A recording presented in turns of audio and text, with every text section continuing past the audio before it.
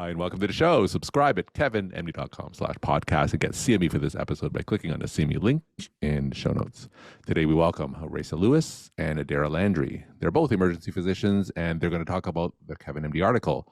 Can collaboration build subject matter expertise? We think so. Resa and Adaira, welcome to the show.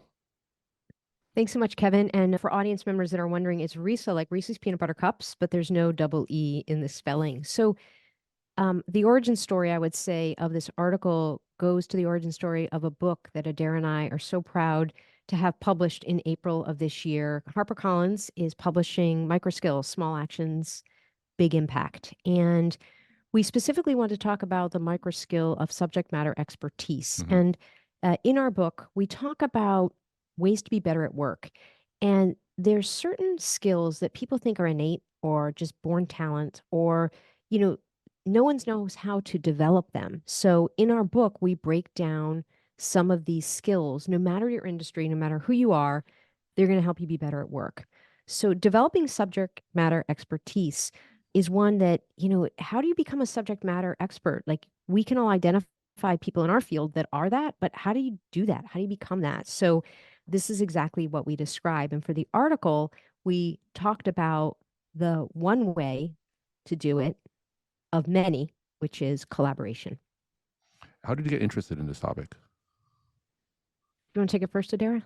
Yeah, I'll start. So, Risa and I are both ultrasound trained emergency medicine physicians.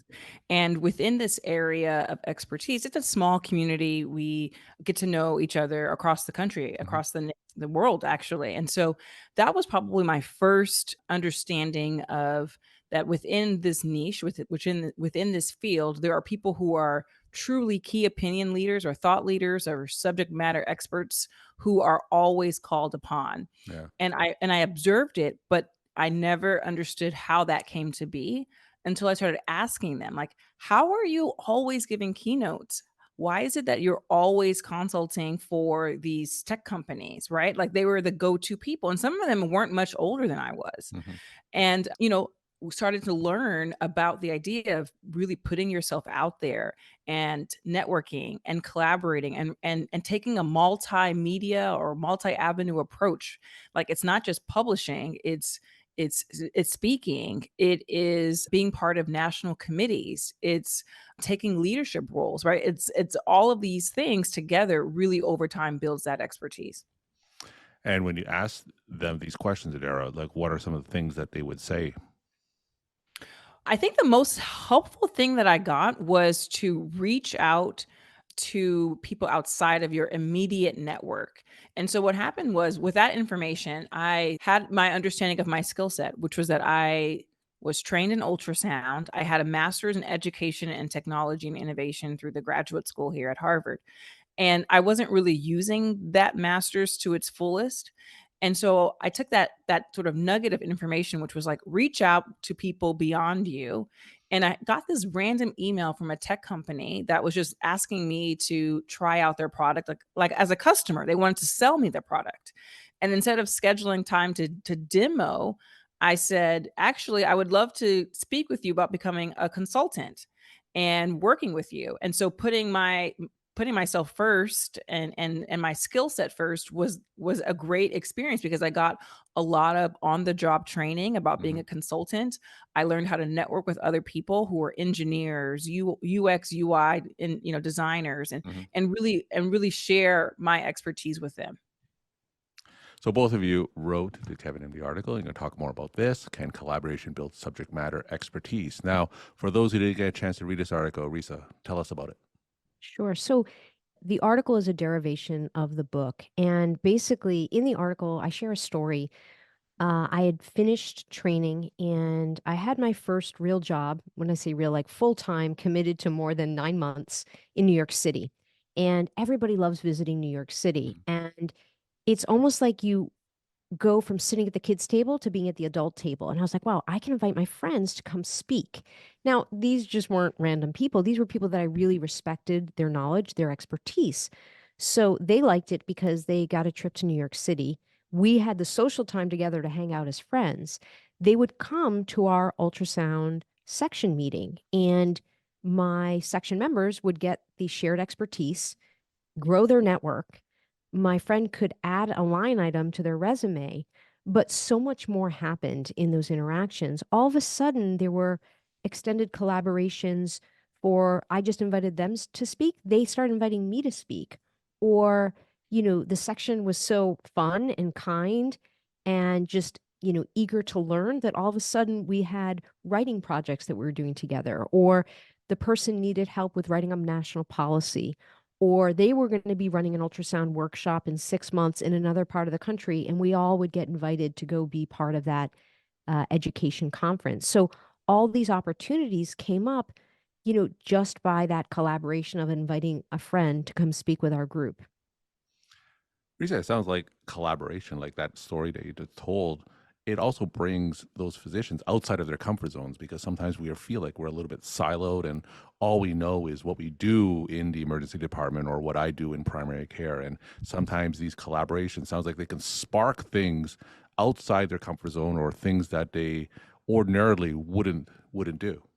100%. And, we have written for Harvard Business Review. We like quoting Harvard Business Review articles because, they talk about industries, not medicine, but they're everything they teach in terms of leadership, people management, communication. It's very relevant to what we do in the hospital.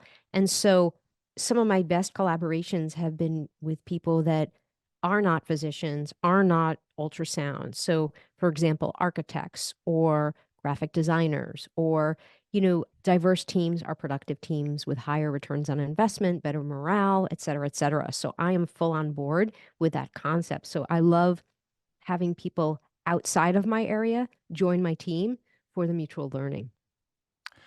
Adaira, you mentioned earlier on that putting yourself out there was one of the key steps in terms of finding opportunities that ordinarily you wouldn't find. And you mentioned your story about how you had those consulting opportunities. What about those physicians who may be a little bit more introverted and putting themselves out there may be a little bit difficult for them? What kind of advice do you have for those physicians where that doesn't come naturally to them?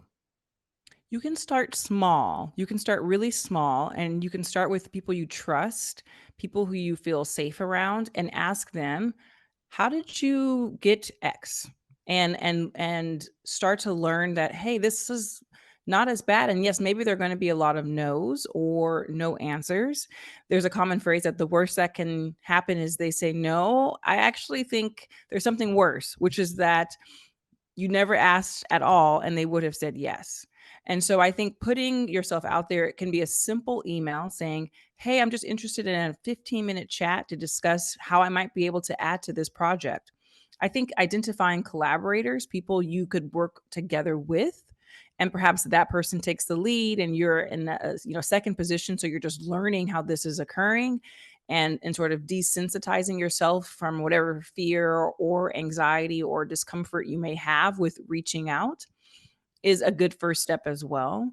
I have found a lot of communities of practice. So my biggest interest is really writing, right? Like at this point, it's writing, and then probably secondary, it's speaking.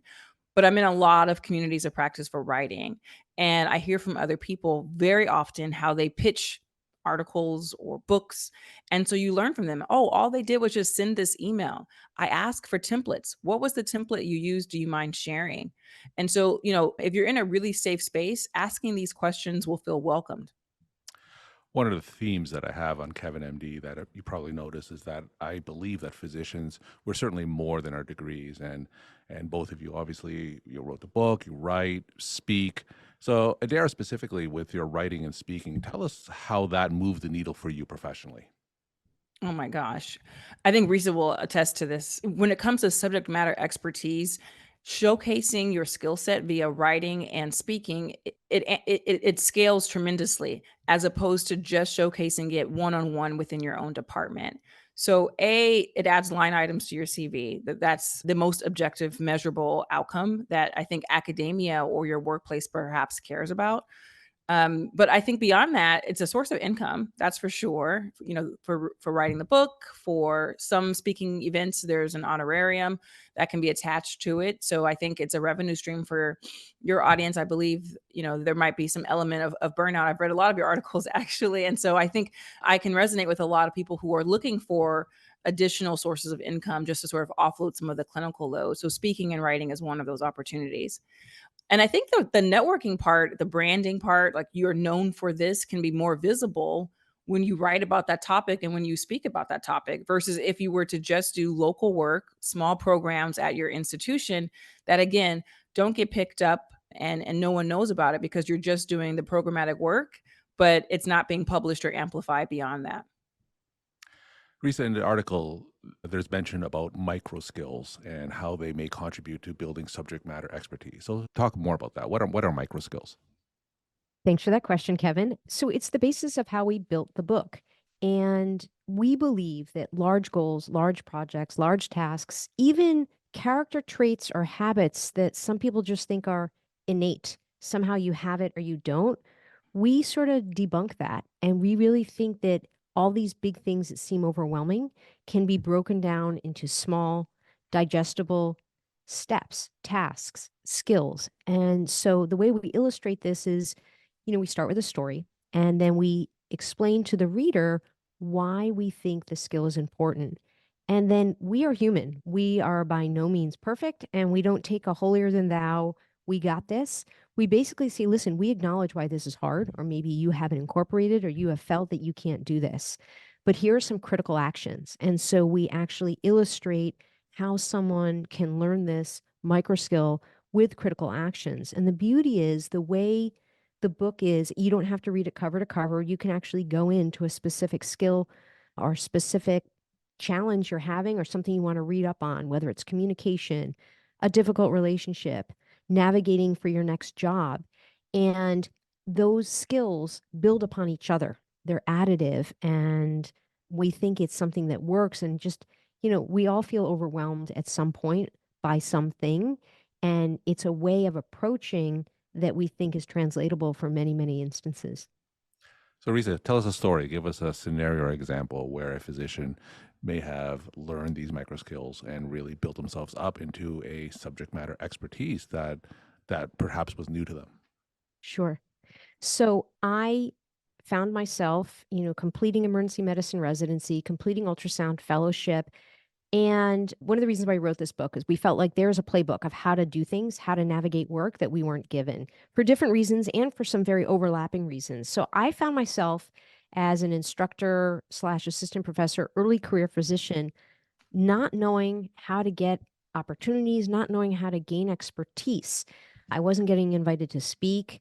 The one time I got invited to speak, I was invited to give the pelvic ultrasound lecture, which I thought I was the only woman speaking. And so they assigned me the pelvic ultrasound because only women can speak about pelvises, I guess. I don't know. But I was really not sure how to start gaining expertise through opportunities.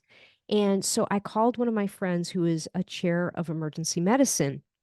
And I asked her, I said, people my age and stage are getting invited to give grand rounds and being invited to lecture.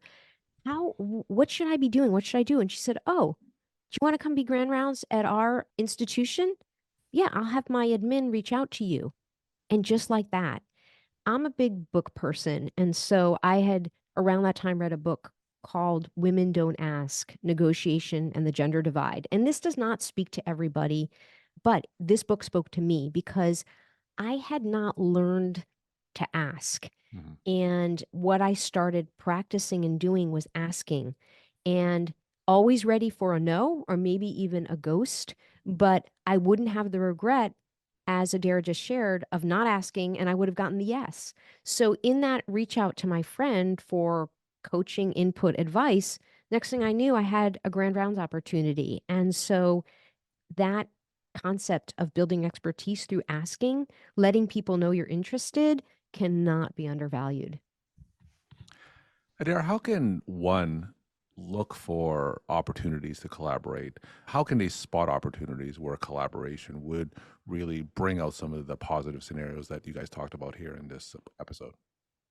So the best way I have done it is via social media. And I know that's not for everyone.